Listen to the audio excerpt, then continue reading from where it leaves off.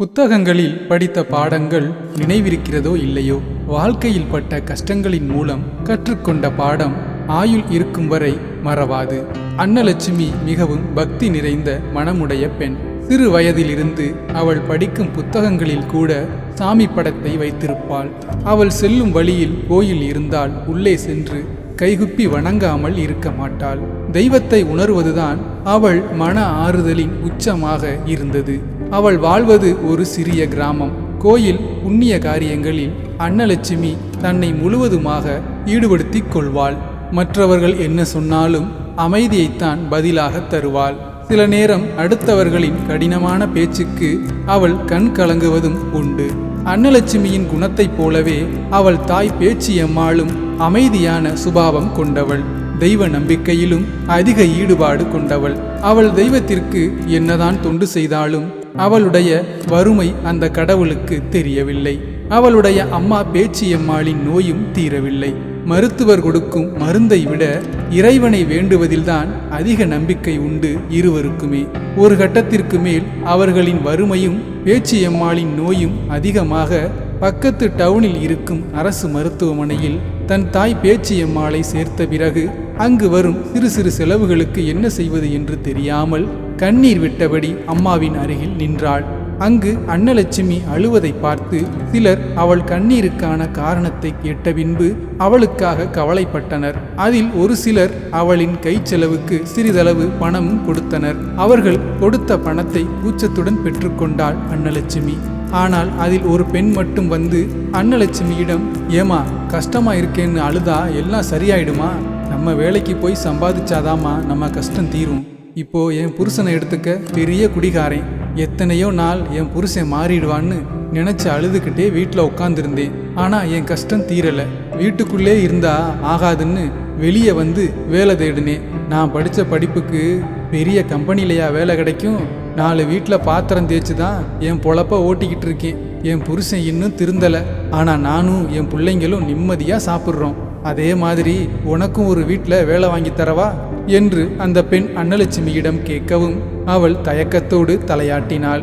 மறுநாள் அந்த பெண் அன்னலட்சுமியை ஒரு பணக்கார வீட்டில் வேலைக்கு சேர்த்து விட்டாள்.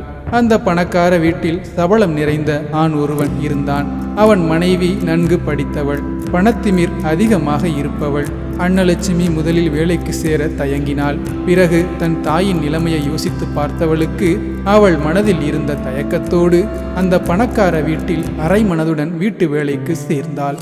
அவள் கிராமத்தில் வளர்ந்ததால் சிட்டியில் உள்ள நாகரிகமும் அங்கு உள்ள சமையல் முறைகளும் அன்னலட்சுமிக்கு அவ்வளவாக தெரியவில்லை. அதனால் அந்த வீட்டில் இருக்கும் பணத்திமிர் பிடித்த பணக்காரியிடம் எப்போதும் திட்டு வாங்கியபடிதான் இருப்பாள். கிராமத்தில் அரை வயிறு கஞ்சி குடித்தாலும் ரோசத்தோடு வாழ்ந்தவளுக்கு இன்று அவமானமும் அதட்டலான பேச்சும் நிறைய மனச்சுமையை வாரி கொடுத்தது. இருந்தும் அவள் தன் அம்மாவுக்காக பொறுத்து கொண்டாள்.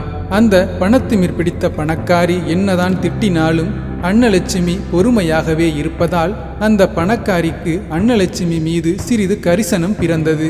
முதலில் வேலைக்கு சேர்ந்த புதிதில் அடியை நாட்டுப்புறம் என பெயர் வைத்து அன்னலட்சுமியை கூப்பிட்டவள் அவள் மீது கரிசனம் வந்த பிறகு அவளை லட்சுமி என பெயர் சொல்லி அழைத்தாள். அதற்கு முன் பயத்தோடும் கண்ணீரோடும் இருந்த அன்னலட்சுமிக்கு அந்த பணக்காரி லட்சுமி இங்க வா என பெயர் சொல்லி அழைத்ததும் அவள் மனதில் புது உற்சாகம் பிறந்தது. ஆனந்த கண்ணீரும் வந்தது. அதன் பிறகு அந்த பணக்காரி அன்னலட்சுமி மீது மிகவும் பாசமாக இருந்தாள். ஒரு நாள் அந்த பணக்காரி அவளுக்கு தேவையானதை வாங்க வீட்டை விட்டு வெளியில் சென்றாள். வீட்டில் அன்னலட்சுமி மட்டும் தனியாக சமையல் செய்து கொண்டிருந்தாள். அந்த பணக்காரியின் கணவன் வேகமாக வீட்டிற்குள் வந்தான். அன்னலட்சுமி மட்டும் தனியாக இருப்பதை தெரிந்து கொண்டு அவளிடம் தண்ணீர் கேட்பது போல பேச்சு கொடுக்க ஆரம்பித்தான். அவன் பேச்சு சற்று வித்தியாசமாக இருந்ததால் அவன் கேட்ட கேள்விக்கு ஆம் இல்லை என்று மட்டும் பதிலளித்தாள். அன்னலட்சுமி தன்னுடன் பேச தயங்குவதை புரிந்து கொண்ட அவன் அன்னலட்சுமியிடம் அவள் அழகை பற்றி வர்ணிக்க ஆரம்பித்தான். பிறகு மெல்ல மெல்ல அவள் உடல் அங்கங்களை பற்றி வர்ணித்தான். அவன் இப்படி தன்னை வர்ணிப்பதால் அவன் நோக்கம் என்ன என்பதை முழுவதுமாக தெரிந்து கொண்ட அன்னலட்சுமி, சார், நீங்க எனக்கு தெய்வம் மாதிரி. நீங்க இப்படி என்கிட்ட பேசலாமா? இதெல்லாம் உங்க மனைவிக்கு தெரிஞ்சா என்னைய தான் தப்பா நினைப்பாங்க. தயவு செஞ்சு இப்படி பேசாதீங்க, எனக்கு பயமா இருக்கு. எங்க அம்மாவுக்கு உடம்பு சரியில்லைன்னு தான் நான் இங்க வந்து வேலைக்கு சேர்ந்தேன். எனக்கு உதவி செய்ய யாருமே இல்லை. தயவு செஞ்சு என்னை தப்பா பார்க்காதீங்க. இப்பதான் உங்க மனைவி என்கிட்ட நல்ல விதமா பேசுறாங்க. தயவு செஞ்சு அதை கெடுக்காதீங்க. உங்க காலில் வேணாலும் விழுகிறேன் என்று அவன் காலில் அன்னலட்சுமி விழுந்ததும் அதை தனக்கு சாதகமாக பயன்படுத்தி கொண்டு மிகவும் ஆசையாக அவளை தொட்டு தூக்கி, எதுக்கும் பயப்படாத, நான் பார்த்துக்கிறேன். இங்க நடக்கிறது எதுவும் என் பொண்டாட்டிக்கு தெரியாம பார்த்துக்கிறேன். உனக்கு எவ்வளவு பண நகை வேணும்னாலும் வாங்கிக்கோ. உன்னை மகாராணி மாதிரி பார்த்துக்கிறேன். தேடி வந்த நல்ல வாய்ப்பை விடாத என்று அன்னலட்சுமியிடம் ஆசை வார்த்தை கூறி அவள் மனதை மாற்ற பார்த்தான். ஆனால் ஒழுக்கம் என்பதை உயிராக நினைக்கும் அன்னலட்சுமி அவன் கூறிய ஆசை வார்த்தைக்கு மயங்காமல் அவனை எச்சரித்தாள். இருந்தும் அன்னலட்சுமியை அவன் நெருங்குவதிலேயே குறியாக இருந்தான். அவனிடம் இருந்து எப்படி தப்பிக்கப் போகிறேன் என்று யோசித்தவள் பயத்துடன் திருவென முழித்தாள். அந்த நேரம் அந்த பணக்காரி தனக்கு தேவையான பொருட்களை வாங்கிவிட்டு காரில் வந்து கொண்டிருக்கும் போது வீட்டுக்கு சற்று தூரத்தில் அவள் வந்த கார் நின்றுவிட்டது. அதனால் காரை சாலையிலேயே ஓரமாக விட்டுவிட்டு அவள் நடந்தே வீட்டிற்கு வந்தாள். வீட்டு கதவு திறந்திருந்ததால் அவள் உள்ளே வந்த சத்தம் அவள் கணவனுக்கு கேட்கவில்லை. ஆனால் அந்த பணக்காரிக்கு அன்னலட்சுமி அழும் சத்தம் கேட்டது. ஏன் அழுகிறாள் என்று கிச்சனுக்கு சென்று பார்த்தாள். அங்கு தன் கணவன் அன்னலட்சுமியிடம் அத்துமீறி அவளை தொந்தரவு செய்வதை பார்த்துவிட்டு என்னங்க என ஆக்ரோஷமாக கத்தினாள். அவள் கத்தியதும் திரும்பி பார்த்தவன் தன் மனைவிக்கு எல்லாம் தெரிந்து விட்டது என்பதால் அவள் கோபத்தில் இருந்து தப்பிக்க அன்னலட்சுமி மீது பழி போட எண்ணினான். அதனால் அன்னலட்சுமி தான் என்னை ஆசையாக அழைத்தாள் என வாய்க்கூசாமல் பொய் சொன்னான். அதில் ஆத்திரமடைந்த அந்த பணக்காரி தன் கணவன் என்றும் பாராமல் ஓங்கி ஒரு அறை விட்டாள். அந்த அறையை தன் கன்னத்தில் முழுவதுமாக வாங்கிய அவள் கணவன் வாயடைத்து நின்றான். அவனை கடும் கோபத்துடன் முறைத்த அவன் மனைவி, எனக்கு அவளை பத்தியும் தெரியும், உன்னை பத்தியும் தெரியும், சும்மா நடிக்காத. ஆம்பளைனா என்ன தப்பு வேணாலும் பண்ணலாமா? உங்களை கட்டின பாவத்துக்காக எல்லாத்தையும் பொறுத்துக்கிட்டு உங்க கூட அமைதியா நாங்க வாழணும். இதே மாதிரி நான் ஒருத்தங்கிட்ட தப்பா பேசி தப்பு பண்ணா உனக்கு எப்படி இருக்கும் என தன் கணவனை பார்த்து கேட்டாள்.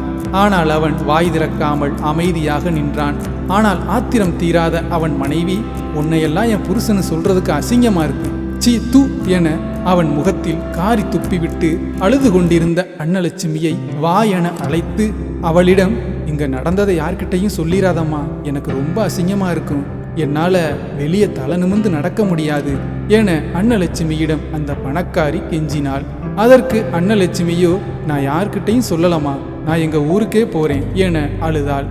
அதை பார்த்த பணக்காரி, லட்சுமி நீ எங்க போனாலும் இதே மாதிரி ஆளுங்க எல்லா இடத்துலையும் இருப்பாங்க, எவ்வளவு தூரம் ஓடுவ, இங்கேயே வேலையை பாரு, உன் பாதுகாப்புக்கு நான் உத்தரவாதம் தர்றேன், நீ இங்கேயே இரு, உன்னை நான் நல்லா பார்த்துக்கிறேன் என்று அந்த பணக்காரி பாசமாக சொல்லவும் அதன் பிறகு அன்னலட்சுமி அமைதியானாள்.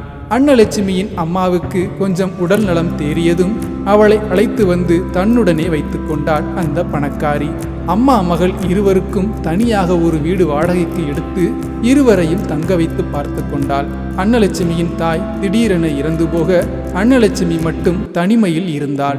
அவள் மனது மிகவும் வருத்தத்துடன் இருந்தது. பின்பு அவளுக்கென ஒரு வாழ்க்கை அமைத்து தர வேண்டும் என நினைத்த அந்த பணக்காரி தன் தம்பியையே அவளுக்கு திருமணம் செய்து வைத்து ஒரு வசதியான நிம்மதியான வாழ்க்கையையும் கொடுத்தாள். உண்மையும் நேர்மையும் இருந்தால் நேரம் உங்களுக்கு நன்றாக வழிவிடும். கோபம் இருக்கும் இடத்தில் குணமும் இருப்பது இந்த கதை மூலம் தெரிகிறது.